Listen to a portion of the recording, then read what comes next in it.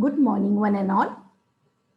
I welcome all the participants in this online multidisciplinary national seminar on rejuvenating quality in higher education institution and initiative towards e-governance, organized by MKLMS B.L. Almani College of Commerce and Economics, Mumbai, and sponsored by NAP.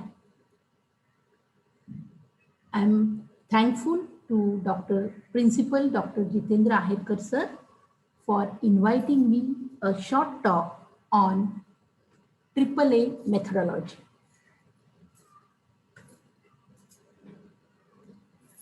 We study a short note on the NAC written by Dr. Singh. In that note, the National Assessment and Accreditation Council (NAC) has evolved tools and guidelines for improving quality for different levels of higher education institutions and for its sustenance by establishing internal quality assurance cell and undergoing external quality assurance process. It's possible to continuously strive for excellence. The monitoring and evaluation of the institutional process require a carefully structured system of internal and external review. The NAC expects the institution to undertake continuous academic and administrative audits. About academic and administrative audit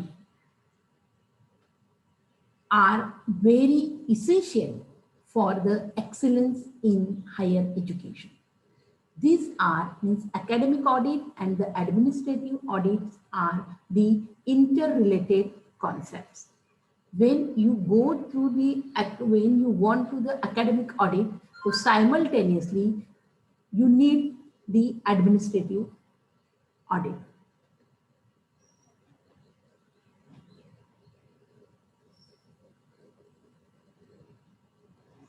These are in order to have a quality oriented academic, there should be a strong support or there is a strong background of the administrative audit. You cannot do only we are in teaching process, so we need only the academic audit. No, because in the teaching and the learning process, the administrative work is very, very important. That's why these are the interrelated concepts, academic audit and the administrative audits. So academic and administrative audit is must for the our NAC accreditation. What is the academic audit? Academic audit can be understood as the scientific and the systematic method of reviewing the quality of academic process in the institution. It is related with the quality assurance and enhancing the quality of academic activities in the higher education institution. Then what about the administrative audit? Administrative audit can be defined as a process of evaluating the efficiency and effectiveness of the administrative procedure. It includes assessment of policies, strategies, and the functions of the various administrative departments, control of the overall administrative system. In the academic audit, we need the efficient and the effectiveness of the administrative process. Means whatever the policies through administration, we can implement the policies. What are the strategies and what are the function of the various administrative departments. So we know that function of the administrative department. The purpose of the academic audit. What is the main purpose of the academic audit? The main purpose, or we can say the objective of academic audit, is to evaluate the teaching, learning, evaluation, research, and extension activities of university or college or university or college departments or schools or the institutions. And second one is to identify the issues that are to be attended in order to upgrade the overall academic quality. So these are the main purpose of academic and administrative audit. The major objectives of academic and administrative audit.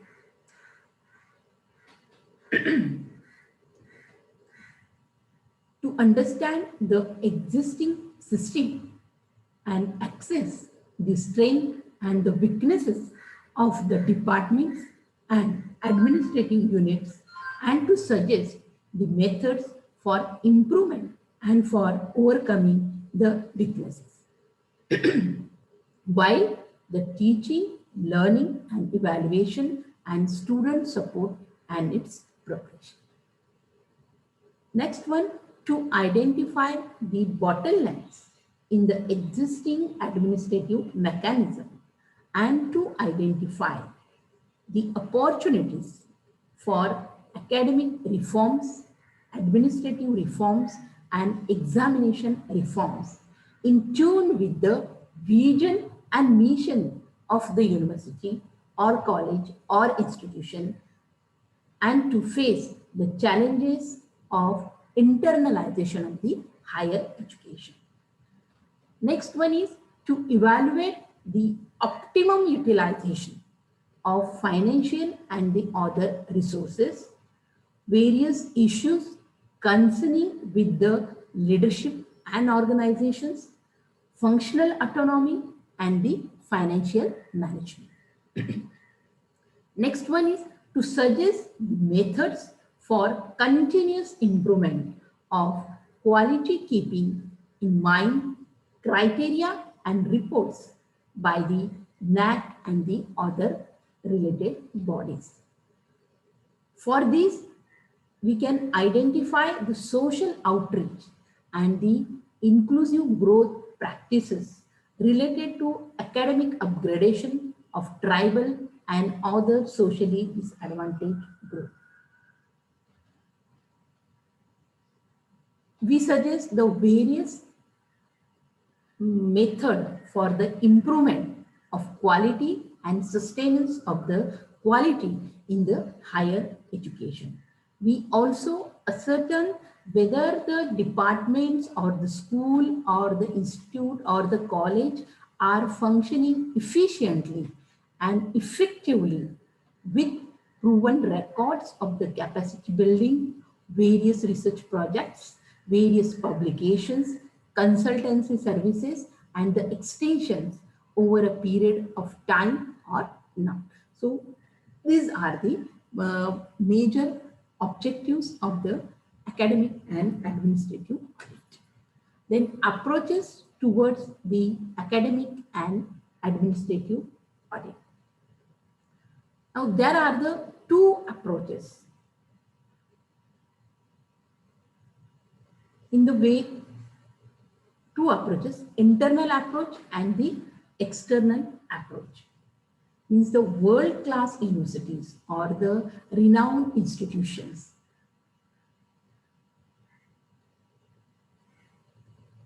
took the continuous audit of academic and administrative process. They adopted it. So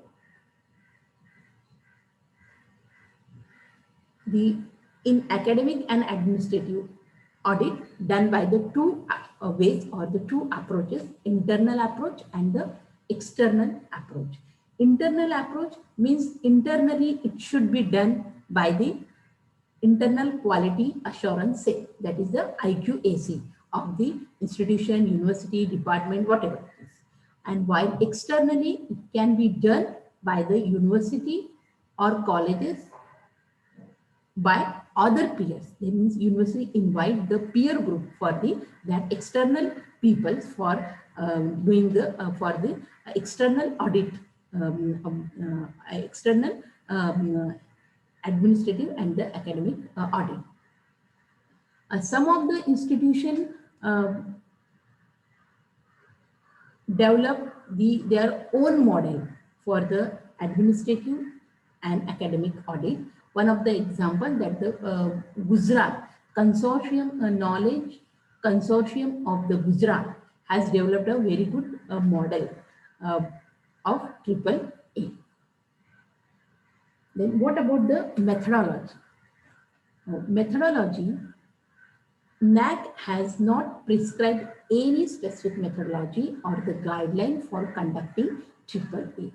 It is expected that each higher education institution may evolve its own guidelines and the methodology by learning from the good practices followed by the leading institution within and outside the India.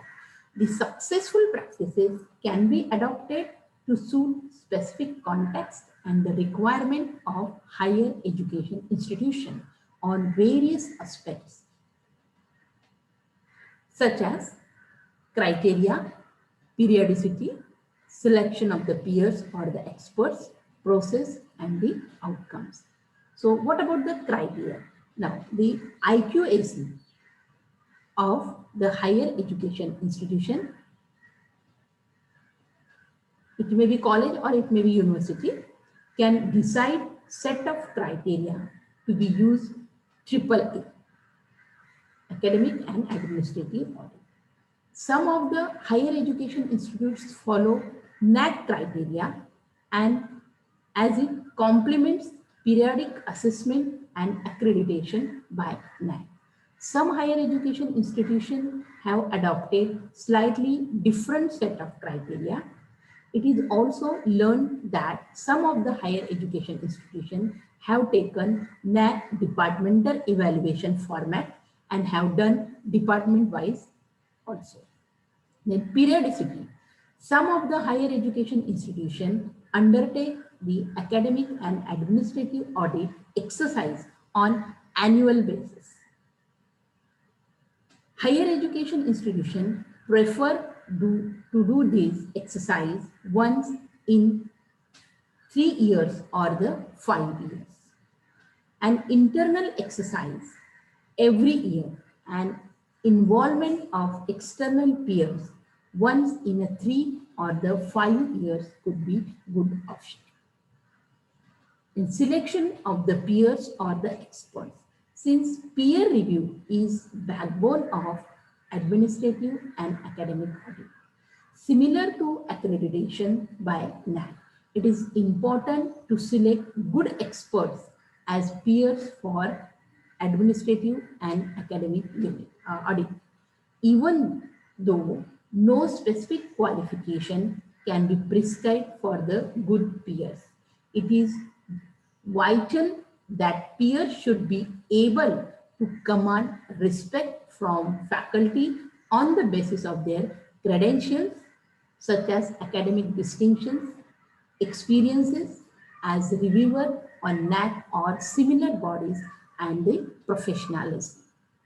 The process, higher education institutions can devise its own process, including self-evaluation by faculty and administrative units, schedule of online visit, format of report and outcome. Many higher education institutions try to follow NAAC process and formats with some changes. Then outcomes. The outcome of academic and administrative audit may be placed before the internal quality assurance cells and the governing body of the higher education institution.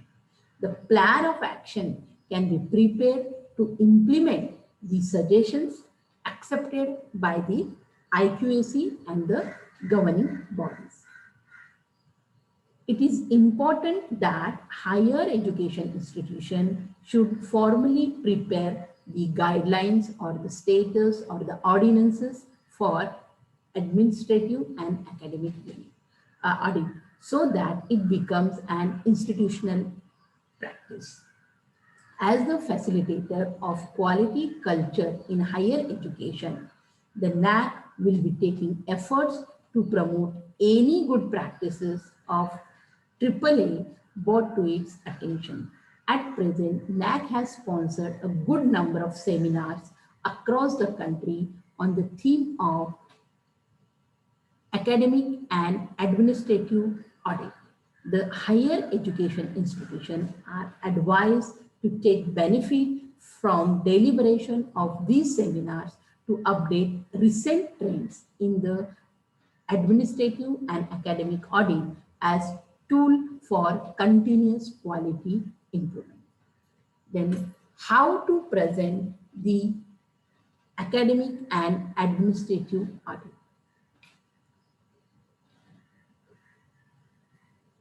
So these are the criteria for presenting your institutions, universities or the college or your department AAA presentation. So first you have to about your university or college departments or schools or the institution. Now in this, about your university or college and the departments and the schools and the institutions. So first you have to mention the establishment of your institution or your college.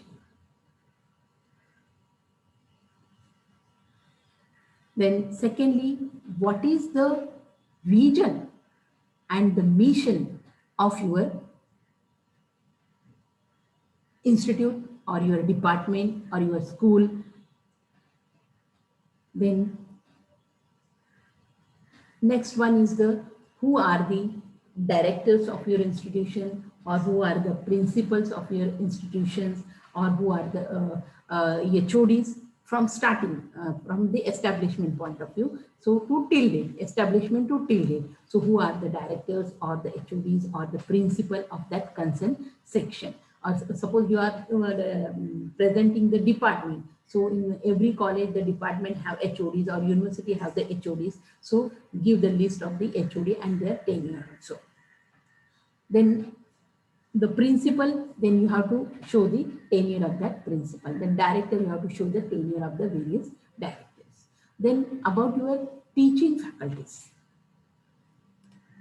So who are the faculties in your departments and the NAC expected from the teaching faculties, their teaching record, their publications, curriculum details and the student details. So about your teaching faculties. Then the faculty positions.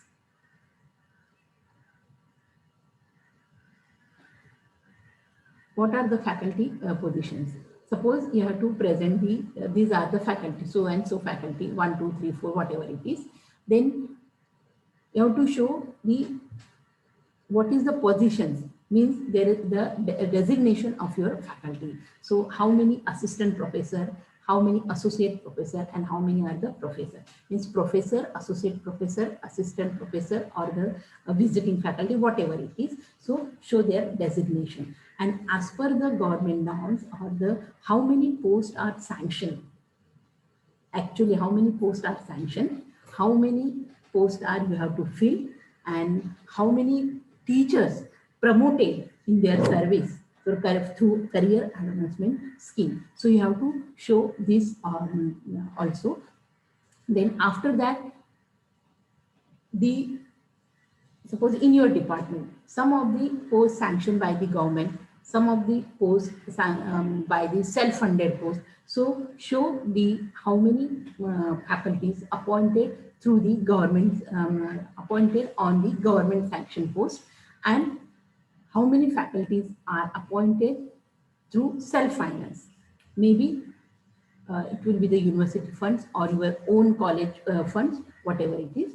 So diversity of the faculty, how many faculties from your own university, how many faculties from the other university within the states, or how many faculties from other state also, or how many faculties from outside of the countries. So you have to show the diversity of the faculty.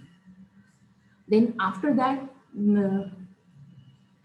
we turn to the non-teaching staff or the supportive staff.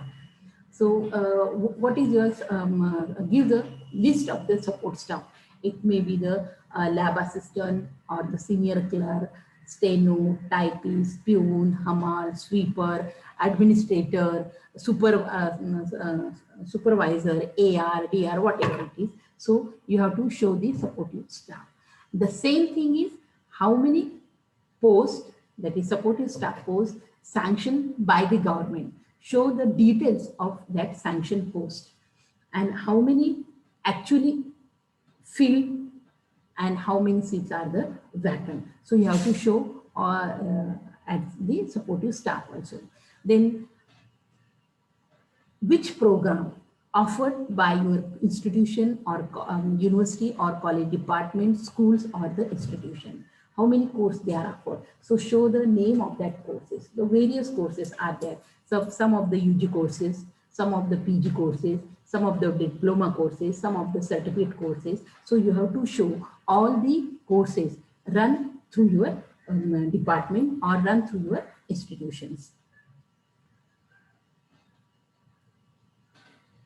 So suppose you have to run through one of the course in collaboration. So show that also.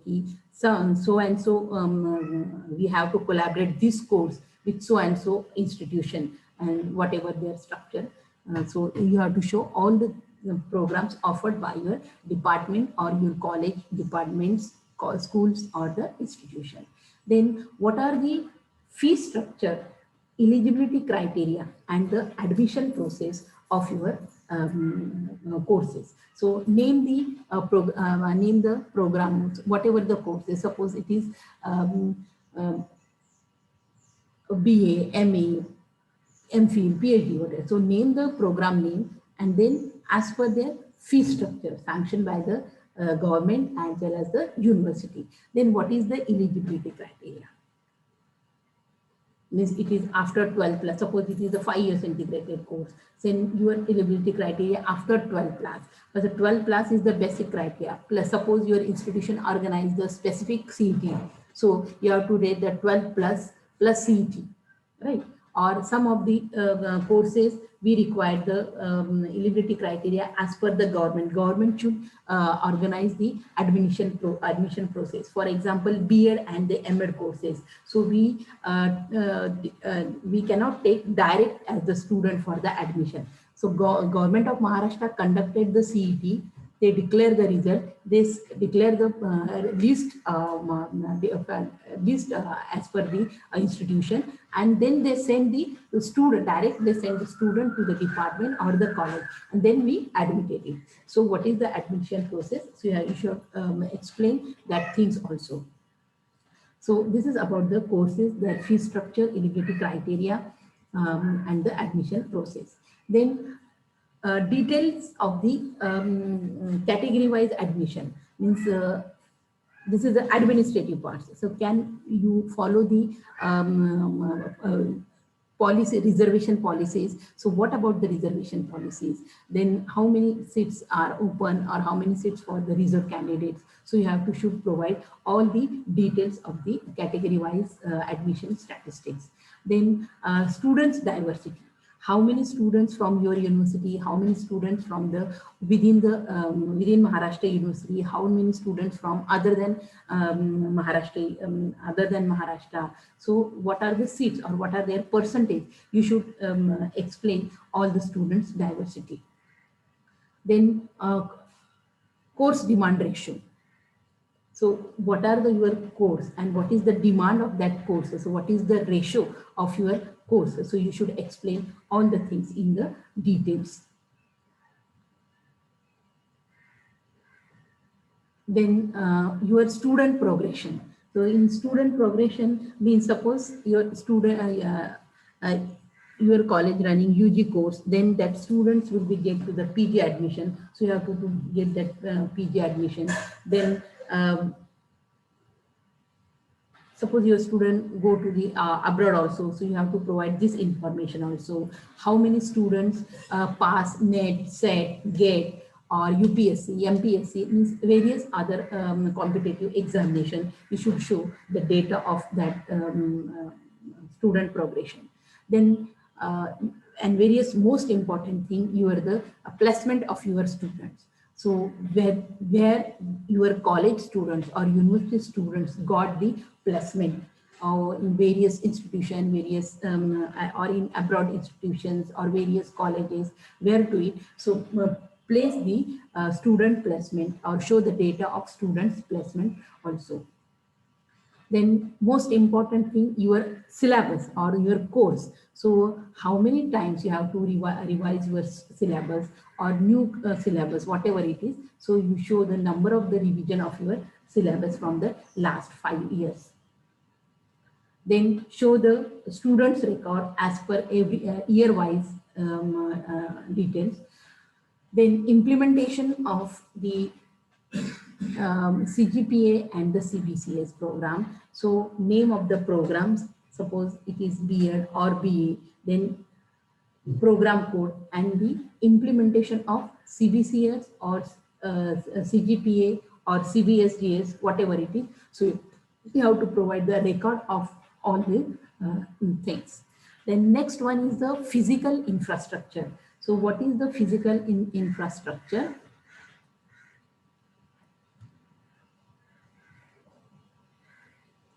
Physical infrastructure is the administrative facilities, library, laboratories, computational facilities, classroom and the other rooms and the basic amenities. Now in physical infrastructure, administrative facilities means your office structure. So there is a assistant registrar or deputy registrar or clerk or senior supervisor, whoever it is. So you have to show that academic administrative facilities, your office place. Then library, so your department has a library, or small or bigger, whatever it is. So department library, then computational facilities. So how many computers for the computational facilities? In computational facilities, did you provide the Wi-Fi connectivity or internet facility for the staff as well as the students? Then various laboratories. So various like language lab, or in science, there is the physics, chemistry, biology, mathematics labs, or geographical lab. So these are the various laboratories. You have to show the record of that laboratories. Then how many classrooms are there? Then your classrooms with the or classroom with having the ICT facilities. So then other rooms mean the boys rooms, girls common rooms, seminar hall, conference room, whatever it is. So these are the physical infrastructure, and the most important, the basic amenities. So how many toilets are there? Did you provide the drinking water facility? So these are the physical infrastructure of your institution. Then next one is the teaching and the learning process. Now teaching and the learning process, that is the teaching methodology. So various teaching methodology adopted by your faculty members. So suppose there is a lecture method or PowerPoint method, using audio visual aids, group discussion, problem solving methods, seminars, or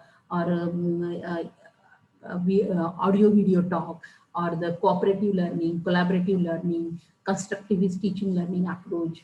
Then using OER, or some of the using various platform of the online, various online platform like Zoom or the Google Meet, or BBB, Blue Black.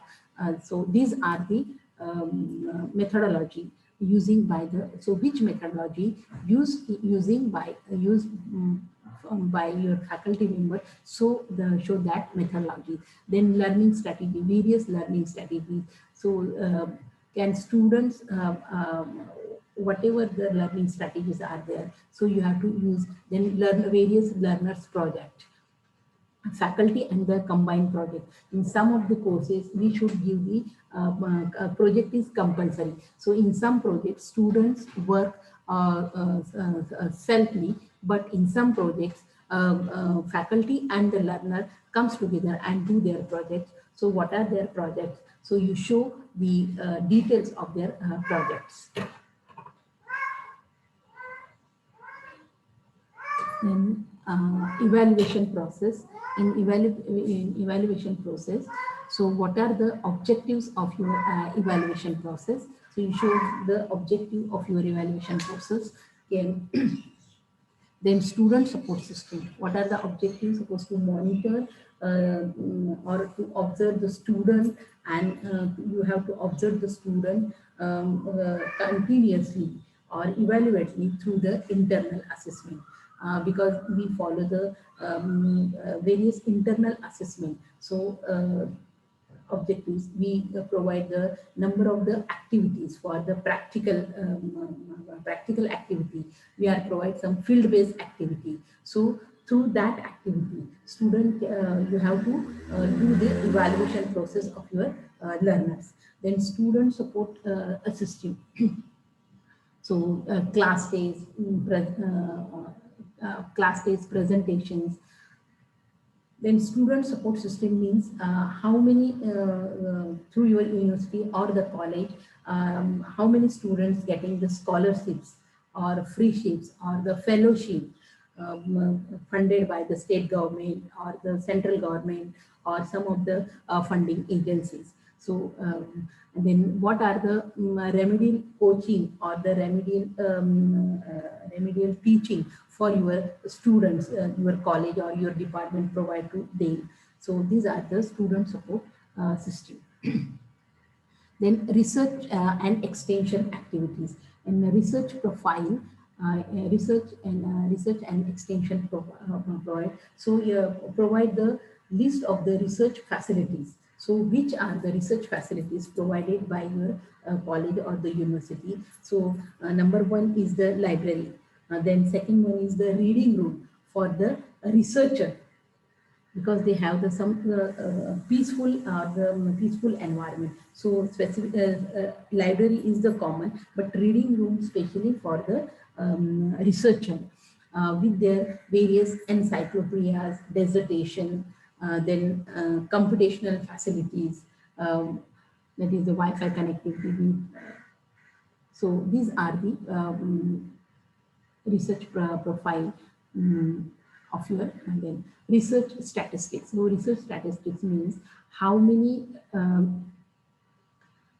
projects from your college or your university, how many projects undertaken by you, or how many complete the project undertaken by your university or the college. So give that research statistics. Then should you publish the reports of various reports, conference reports or interaction or so you have to provide all the things. This is another research statistics. Then how many students enroll for the PhD, MPhil or PhD courses. How many students are working for MPhil and the PhD courses. You show this data also. And then also show the faculties, those who are the guide from your institution. So what are their contribution in their research field. So how many papers they have to publish, how many books they have to return, how many people are cited, then H index or the impact factor. So this is about the details about the publication of the faculty, details of the publication of the faculty. Then extension service, through extension service. So through extension service. So various programs you have to, what are the programs you have already undertaken through the extension service. That provides the details of their services through the extension activities. So provide the data on extension services. Then stakeholders. So in stakeholders, those student feedback every year, or some of the institution take semester-wise feedback also. So you should take the feedback of the students. Then students' interaction with the eminent speakers, eminent faculty members, eminent visiting faculty members. So for organizing, yeah, and at the time of the conferences, seminars, whatever it is. Then what are the students' reflection after the program? What are the students' reflections? Because students' reflections are very important. Then the alumni meet, and as well as the alumni feedback also. Every year you should organize the alumni meet and take the feedback from the alumni, and what is the contribution of alumni. You should focus on that point also. Then SOC analysis. So what is the SOC analysis? So that is the strength, weaknesses, opportunities, and the challenges.